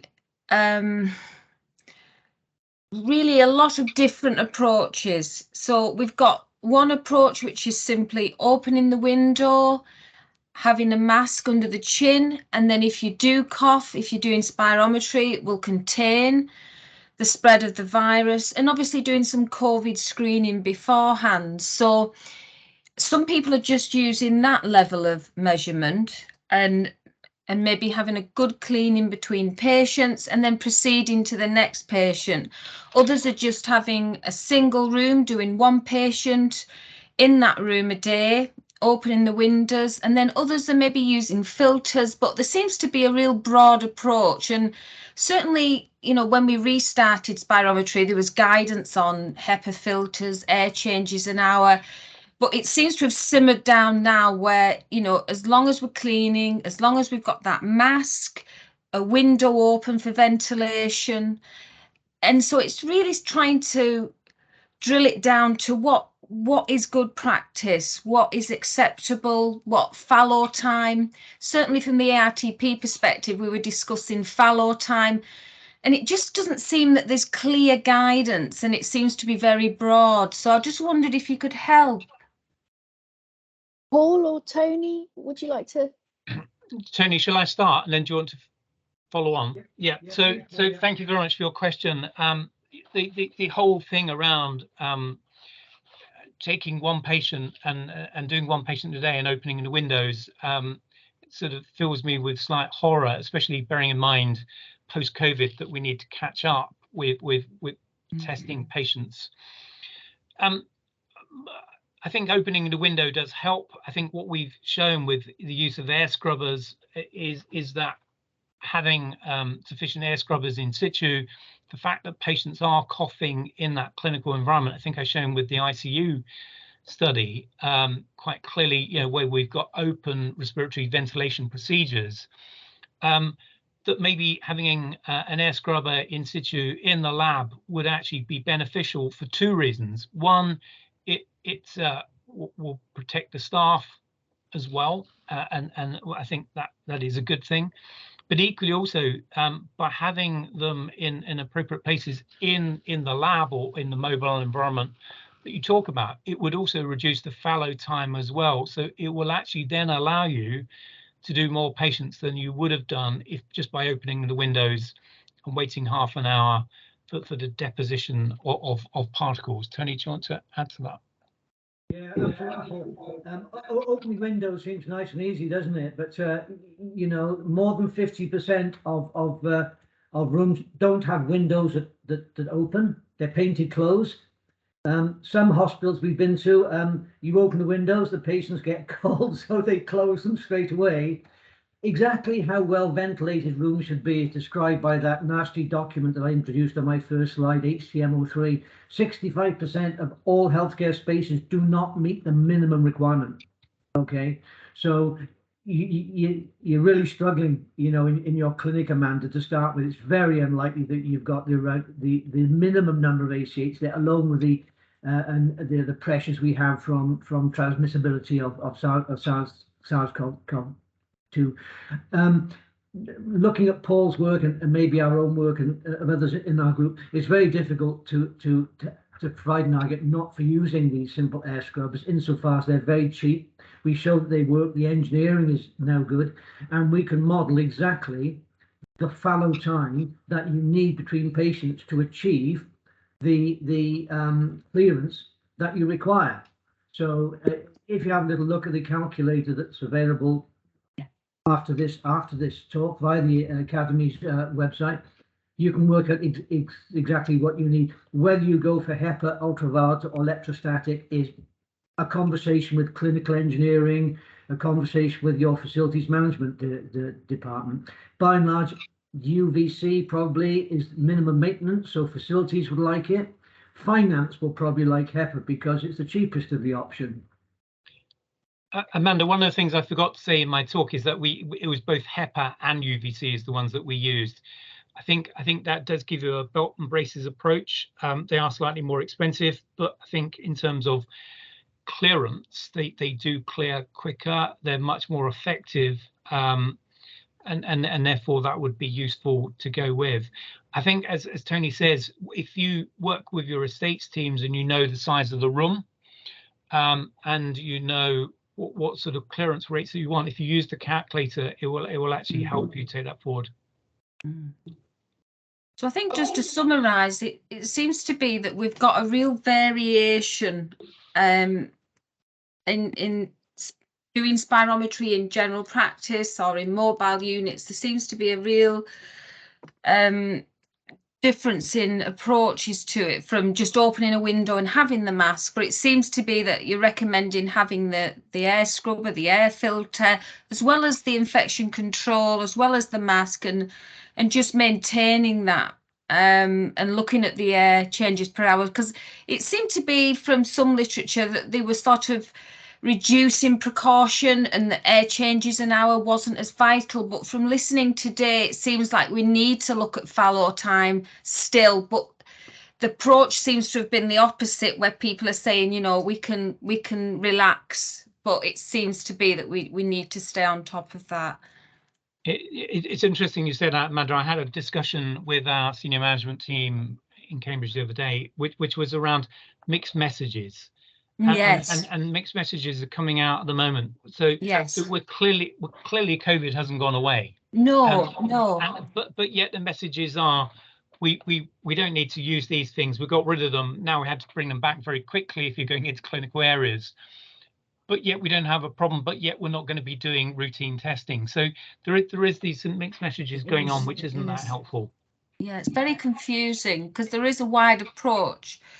And it can be simply, some people are just opening a window and that is seen as suffice with a mask, and others are using the filters, fallow time, and then it's deemed as not needed. So it really leaves you confused.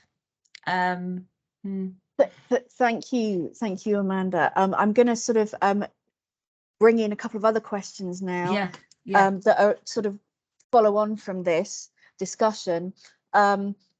Brendan, you asked some questions about, well, how much aerosol will actually cause an infection, and then you were both commenting on whether does that mean we need to start changing clothes when we leave the hospital, and I think that would be and Brendan, you also say, and that if therefore stop being so complacent about using air scrubbers in ICU, because it might help reduce the secondary infections. So if we can show this clinical effectiveness, is this an argument towards the the finance people about buying these things? Who would like to take that question?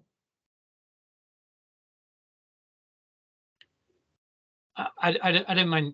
So taking the second part first, in terms of bioaerosols in general, rather than just SARS-CoV-2, I think we've been able to show that actually we can reduce a lot of the respiratory pathogens that sit in the ICU that actually create issues in terms of lung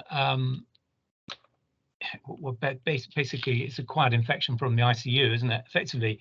So I think by using air scrubbers, if we can actually reduce that bio burden that's effectively as respiratory aerosols in the ICU, then it's beneficial both to patients as well as staff going forwards.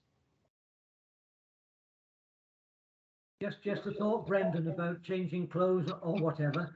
Has anybody got any evidence at all that SARS-CoV-2 is transmissible via clothing or even by surfaces?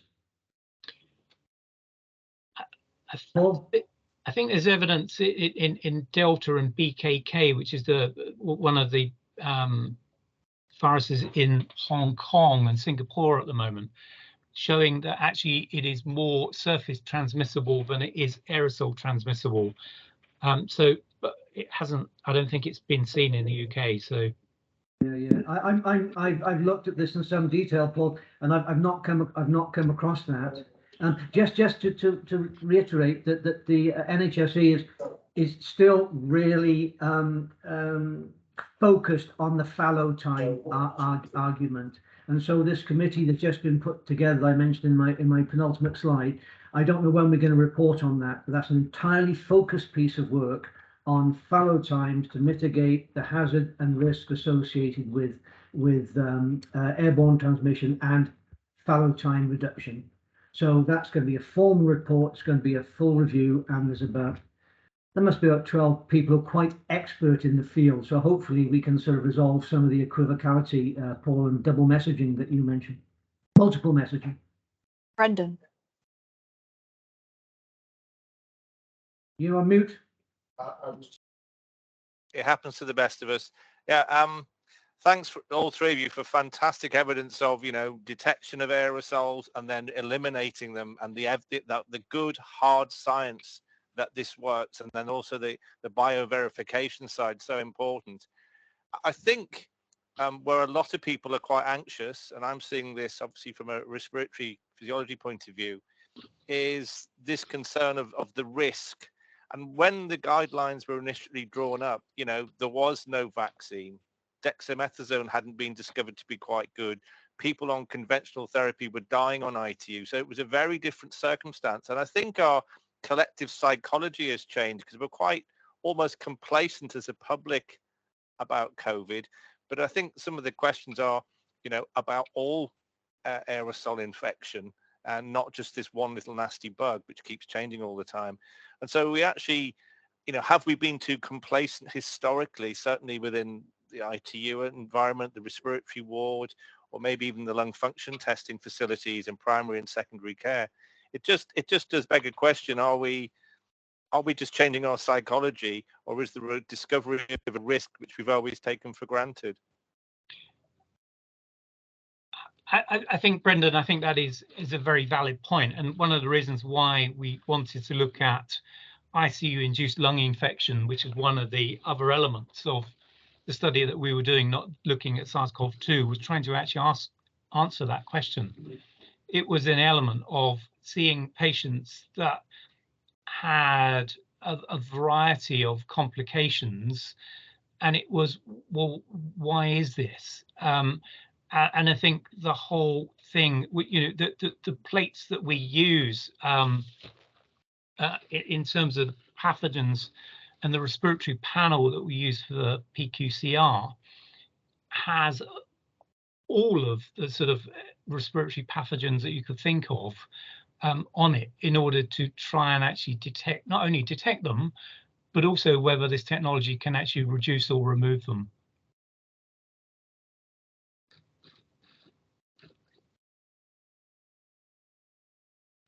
Okay, yes. Well, Chris, I was just going to come on to you, actually. There's a couple of questions for you. Did you want to add to this point? Yeah, only that, just to remind people that we are complacent in a way. I am, because we've all had the vaccine now, but filtration and all these other brilliant methods of controlling aerosols, it doesn't really care which virus we're talking about. So if this bird flu kicks off and starts, coming into the human population, and we have a big problem with that, the knowledge and the experience we've got from this is going to be directly transferable to whichever virus comes next. So I think, the investment here is absolutely worthwhile.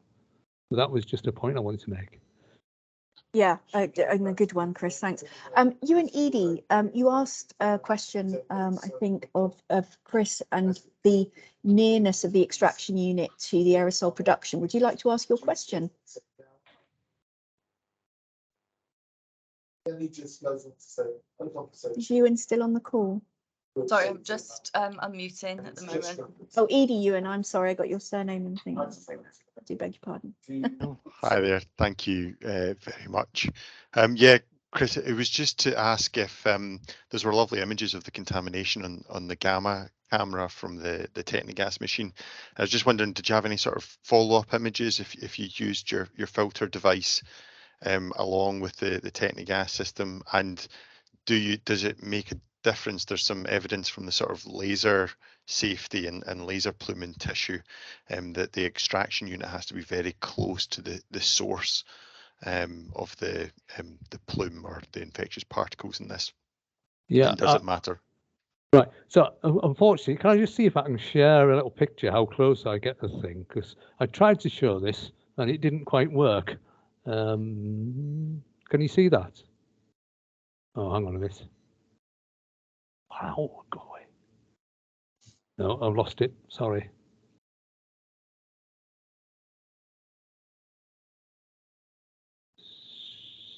No, I don't think you can see that, can you? Sorry. I'll stop sharing. Sorry. I had real problems with this. Is it there now? No. Still not. I'm going to give Afraid up. not. Okay. Well, if you download the whole thing, then hopefully that'll stop working. Okay. So, and you can have a look at that. So basically, the filtration unit just goes to the side of the face. So there is a draft going across the patient, and it's that close. So this is why I like my system so much, because you're capturing it at source as it's exhaled from the patient.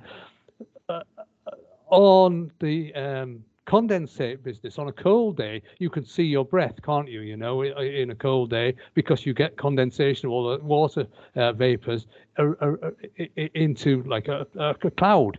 And one cold day, not only did the ventilation not work in my old hospital, but the heating didn't work either. So it was absolutely freezing. And it was wonderful because I saw this one of my patients, they exhaled this radioactivity, and you could see the steam just taking out, and then it got caught by the cross flow of the ventilation pump, and it just sucked itself into the ventilation pump. It was rather like that scene in Harry Potter where the Dementors just sucked out somebody's soul. It was absolutely wonderful to see.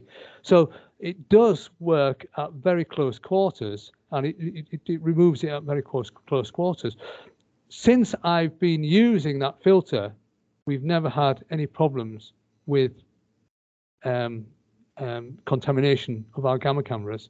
Now, I'll need to do some work because we've moved into a new hospital with brand new gamma cameras, and we're going to see if these things pick things up. But the effectiveness has been absolutely astounding, and I really do recommend this technique to those people who can't get the HEPA filtration. It's only, I mean, it's a couple of £1,000s to buy the filtration unit, and that's all it costs, and it will take these things away.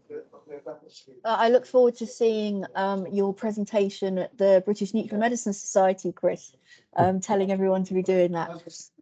Tony, did you want to say something?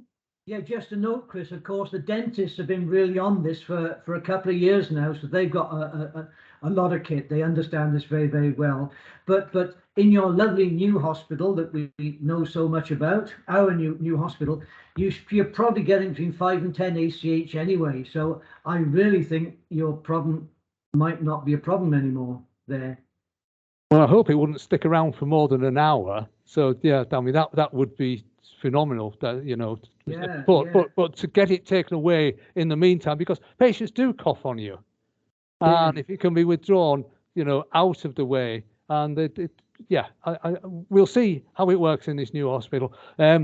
Just for completion, that thing when it's on is 170 meters cubed an hour it takes, which is quite a lot, which is cleansing the thing. So when we did have COVID patients when they weren't even coming for lung scans, I would suggest to my colleagues, with no evidence, but stick this thing on and it will cleanse the air around you, and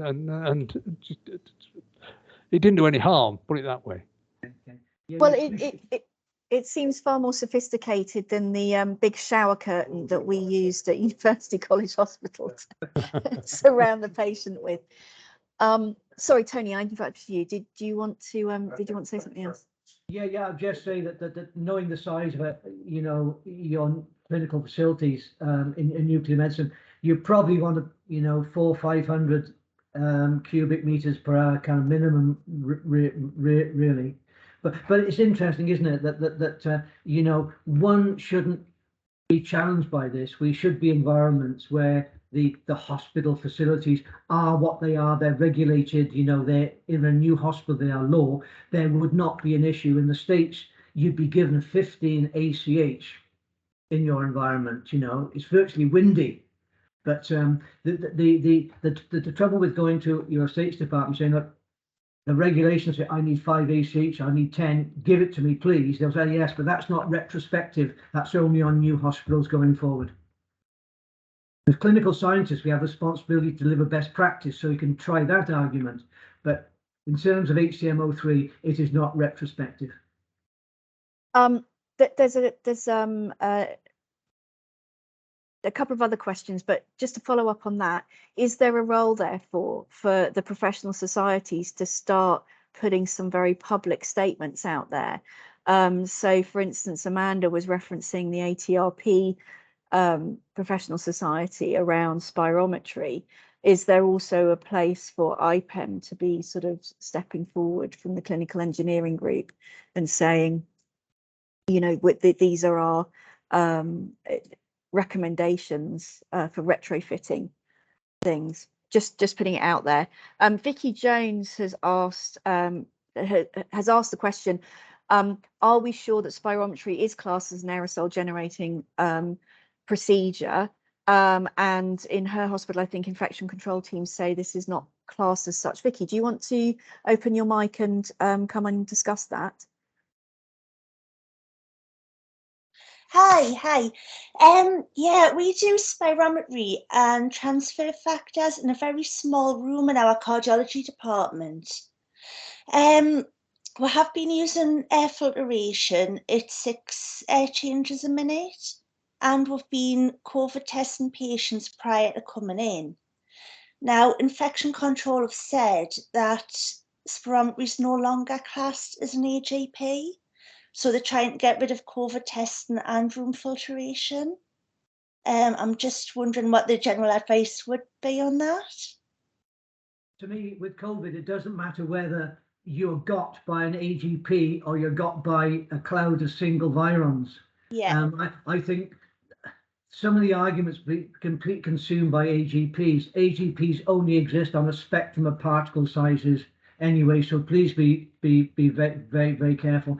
The inertia behind all this, you know, was fallow times in dentistry and endoscopy, and then it's bloomed out into other clinical areas, and it's kind of got momentum. It's gone the wrong area. It's not. We can talk about AGPs. You can think about AGPs, but in a way, they're quite easy particles to deal with because they're heavy and they tend to precipitate anyway. Please do not, if you've got a patient who's breathing, and hopefully they will be expiring singletons and smaller particles than AGPs down at 1 micron. And there's every bit of much of a hazard as an AGP is. So please don't focus too much on AGPs. I would, if your team there are saying we don't have a hazard to worry about because it's no longer AGPs, I think they're missing a trick completely. Right. That's great, thank you.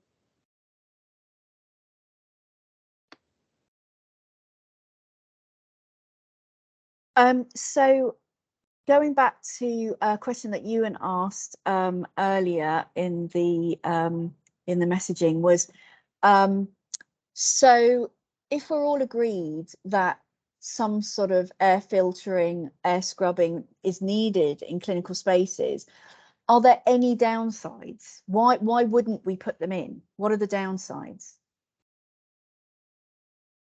There are none. You're going to tell me there are none. Paul, you're on mute. There are minimal downsides. The portable units, obviously, you know, you have to, they're on the floor. So, you know, there are trip hazards, but if you put them in appropriate places that you minimize and do risk assessments, that you would minimize that.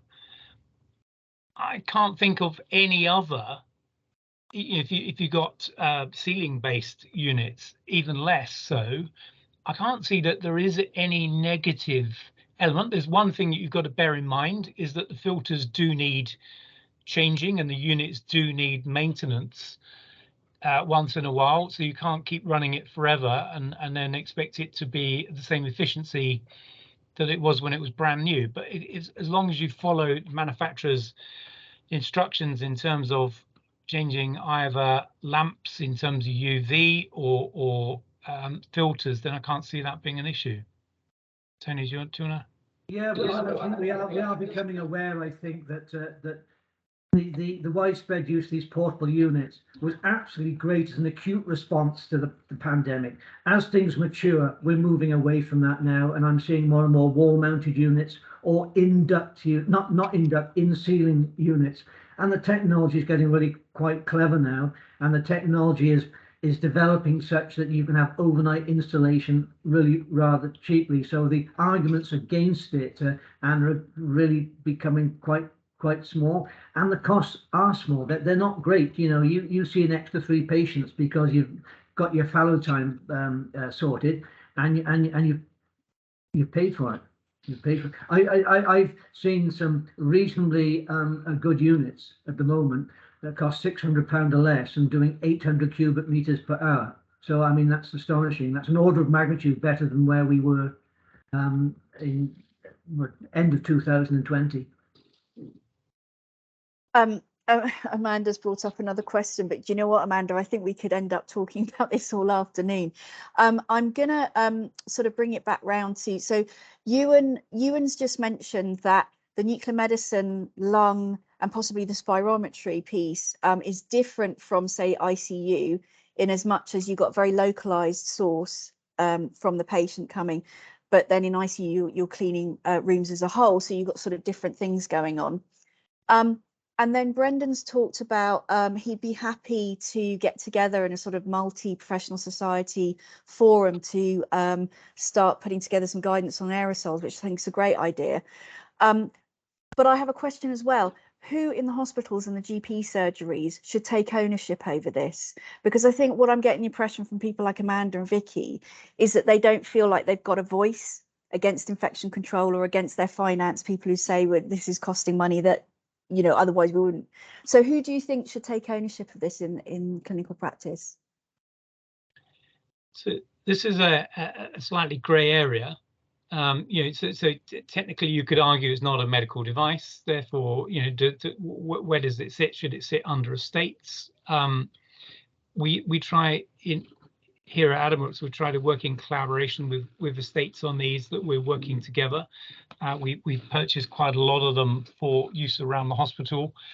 They are maintaining them technically because they're not a medical device, but I think it's an interesting question. We didn't have too much of a problem in putting together a business case for the use of them to our finance director, because as Tony says, if you reduce your fallow time sufficiently enough and you can do more throughput, it's about increasing the throughput and therefore increasing the income to the trust. So I don't think finance was too much of a problem.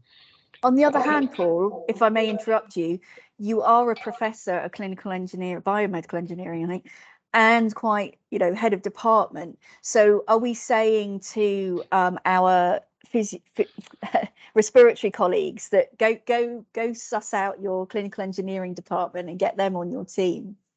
Yes. Yeah. Yes. Yeah. Right. That's right. Yeah, okay, there's lots of things coming in now and we've got 3 minutes to go. So Professor O'Connor, would you like to close the meeting? I would be delighted to close the meeting. It's Oh been dear, that sounds a bit grim. It's a fascinating couple of hours that we've had here. And I really would like to thank Chris, Tony and Paul for very, very stimulating presentations, which has kept the audience glued to the screens. Not many people have actually departed early.